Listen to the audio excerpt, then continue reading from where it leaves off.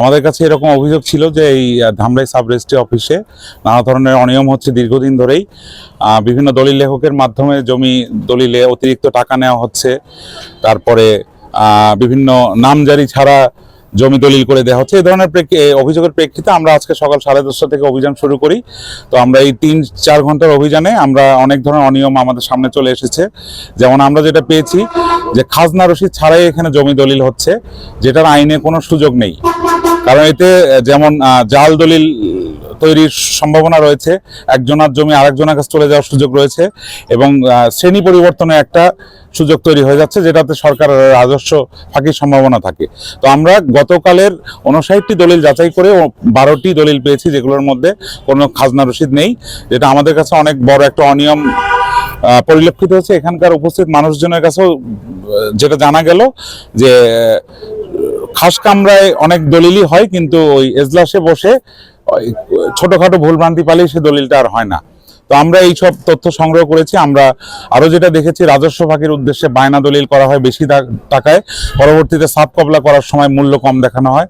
এগুলোর উদ্দেশ্য হচ্ছে রাজস্ব ফাঁকি দেওয়া, এবং এই অফিসের কর্মকর্তা কর্মচারীরা জড়িত না থাকলে এটা কোনোভাবেই সম্ভব নয়। তো আমরা সব তথ্যপত্র সংগ্রহ করেছি। এগুলো নিয়ে আমরা এখন আমাদের কমিশনে প্রতিবেদন দাখিল করব। কমিশন আমাদের সুপারিশ মোতাবেক যদি আমাদের যে নির্দেশনা দেবে, আমরা পরবর্তী সময় তাদের বিরুদ্ধে সেই ব্যবস্থা গ্রহণ করব। শিয়া বাটার ও ভিটামিন ই সমৃদ্ধ lily glam beauty soap. Lily, always beautiful.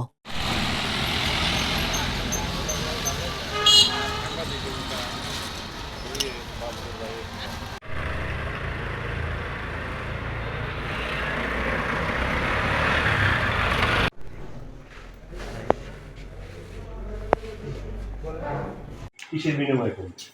খারিজ ছাড়া তোর দলিল হয় নাই। না, তাহলে একদিনের মধ্যে আপনার খারিজ রসিদগুলো খেলা কোথায়?